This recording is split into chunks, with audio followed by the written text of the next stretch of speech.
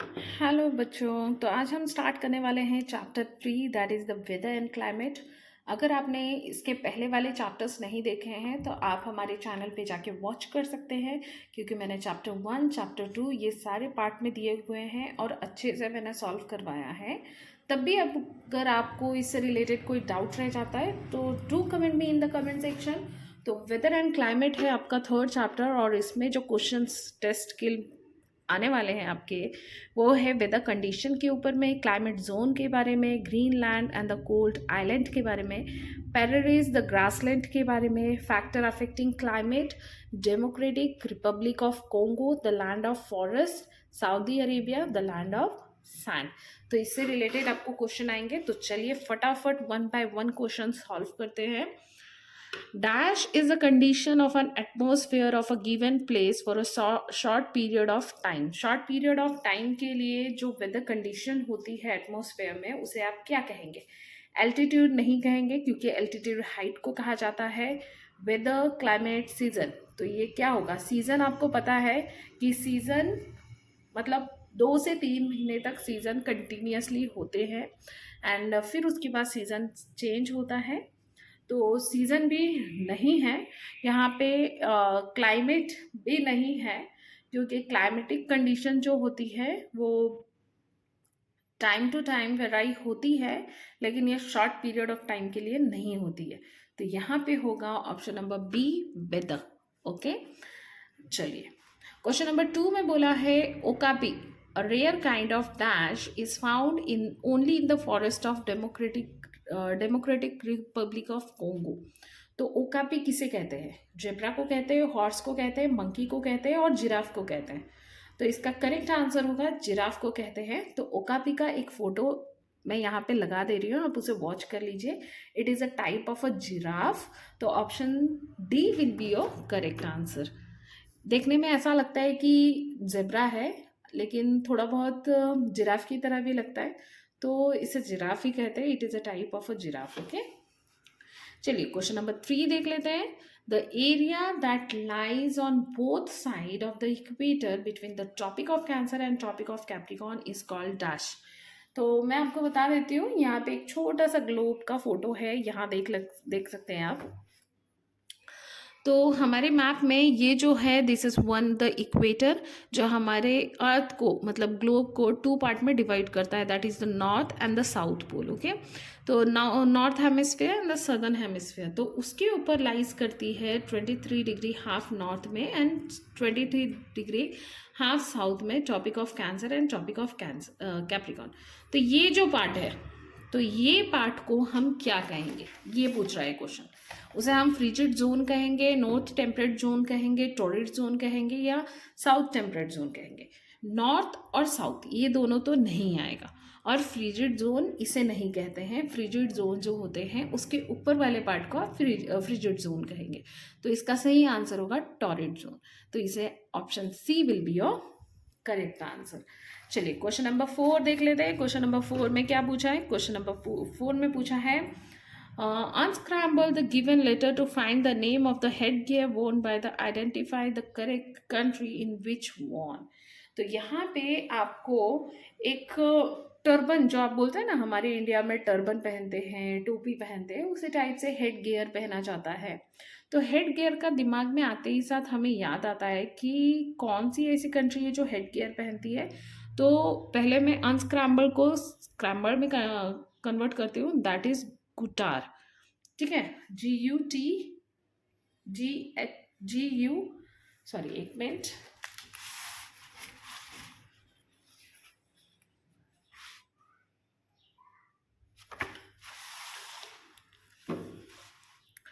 तो इसे हम कहेंगे गुतार, GHUTAR, गुतार। तो वो श्रीलंका में भी नहीं पहनी जाती है, म्यांमार में भी नहीं, इंडोनेशिया में भी नहीं पहनी जाती है, सऊदी अरेबिया में आपने देखा होगा वाइट एंड ब्लैक चेक्स के पहनते हैं लोग, और उसे गुतार कहते हैं। तो चलिए क्वेश्चन नंबर 5 भी सऊदी अरेबिया से रिलेटेड है। तो Saudi Arabia is also known as the land of liquid gold pickers. तो यहाँ पे देखिए उन्होंने लिक्विड गोल्ड बोला है, तो लिक्विड मतलब पतला, और सऊदी अरेबिया को हमेशा से पेट्रोल के लिए जाना जाता है, because it is the largest exporter of petroleum. तो it is a desert area. Sandstorms are very common here oasis given tinge of gold during day time. नहीं, टिंगी ऑफ गोल्ड नहीं होगा. ऑप्शन ए होगा, because it is a largest exporter of petroleum, right. चलिए question number 5 देख लेते हैं, sorry question number 6 देख लेते हैं. Shimla is colder than Ludhiana because Shimla Ludhiana से कोल्डर है. क्यों? क्योंकि ऑप्शंस देख लेते हैं. Shimla is located at the higher altitude than Ludhiana. Ludhiana is located at the higher altitude than Shimla. Shimla is located in Himachal Pradesh and Ludhiana is located in Uttar Pradesh. None of this. तो इसका सही आंसर होगा, हमें पता है कि इंडिया के जैसे जैसे जैसे जैसे ऊपर आप जाओगे इंडिया के स्टेट की तरफ, वहाँ पे सर्दियाँ ज़्यादा है. तो उसका सही आंसर होगा शिमला जो है वो हायर एल्टीट्यूड में अवेलेबल है लुधियाना से, इसलिए वहाँ पे कोल्डर ज़्यादा है. चलिए क्वेश्चन नंबर 7 पे पहुँचते हैं. क्वेश्चन नंबर 7 में बोला है the northern most tip of the world is situated in. तो आपका जो ग्लोब है, ग्लोब यहाँ पे देखिए, यहाँ पे ग्लोब है और ग्लोब का नॉर्दर्न मोस्ट टिप में क्या लाइज करता है ये पूछा गया है यहाँ पे. तो यहाँ पे ऑप्शंस क्या दिए गए हैं? Mongolia, Iceland, Greenland and Norway. तो वो बताने से पहले मैं आपको दिखा दूँ, मेरे पास एटलास है, यहाँ पे मेरे पास एटलास है. ये देखिए, नॉर्थ मोस्ट टिप जो है वो है Greenland. Greenland is the north most tip of the world. तो इसका सही आंसर होगा ग्रीनलैंड. ओके, चलिए क्वेश्चन नंबर 8 देख लेते हैं फटाफट. Which of the following is called the wheat basket of the world. तो अगर आप सोशल बहुत ध्यान से पढ़ते हैं तो आपको ये आंसर ज़रूर आना चाहिए, बिकॉज ग्रासलैंड वाला जो चैप्टर है 5th स्टैंडर्ड में, उसमें ये आंसर्स दिए गए हैं. और हमें पता है ये जो चारे हैं, पंपास, डाउन, पेररीज एंड विल्ड, ये सारे ग्रासलैंड एरियाज में आते हैं. और इसमें से कौन है wheat basket of the world? Prairies is the wheat basket of the world. Okay, कितने लोगों को ये आंसर पता था? Do comment me in the comment section. ज़रा मैं भी तो देखो कितनी सिंसियरिटी से आप पढ़ते हो, बिकॉज अगर आप सिंसियरिटी से पढ़ते हो ना तो आपको IAS से इतना हार्ड नहीं जाने वाला है, ये मुझे लगता है. आपको क्या लगता है ज़रूर बताइए कमेंट सेक्शन में. चैनल में नए हैं तो फ्रेंड्स चैनल को सब्सक्राइब कर दीजिए, क्योंकि ये ओलंपियाड ख़त्म होते ही हम आपके सिलेबस पे गो थ्रू करेंगे, तो वो आपको इजी जाए, इसीलिए आपको स्टे ट्यून रहना बहुत ज़रूरी है.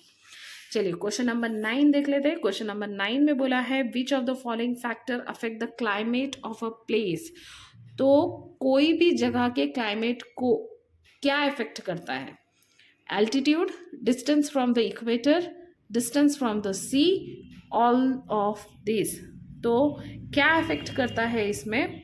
इसका सही आंसर होगा ऑल ऑफ दिस, बिकॉज ये मतलब डिपेंड करता है कि आप ग्लोब के कौन से साइड में हैं, कितने एल्टीट्यूड में हैं, ऊपर से आप कितने डिस्टेंस में हैं इक्वेटर से. क्योंकि अगर आप डिस्टेंस में हैं तो उस हिसाब से आपको वहाँ पे हीट प्रोवाइडेड होगी, मतलब सन की हीट प्रोवाइड होगी.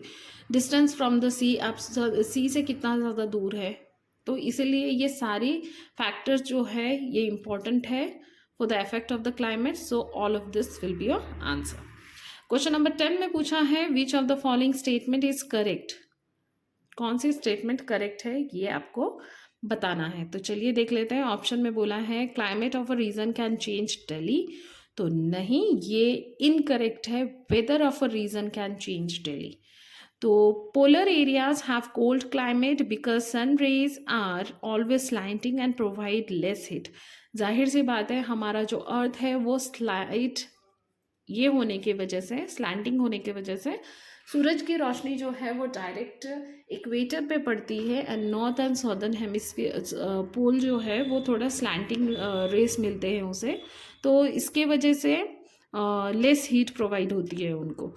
ऑप्शन नंबर 3 में बोला है the south temperate zone is at the north of south frigid zone. तो ये भी करेक्ट है फोर्थ में पूछा है place near the sea have moderate climate. हाँ, जहाँ पे सी होती है वहाँ पे मॉडरेट क्लाइमेट होती है। तो चलिए option number B will be your correct answer. Let's do the question number 11। 11 में बोला है सेलेक्ट द इनकरेक्ट मैच।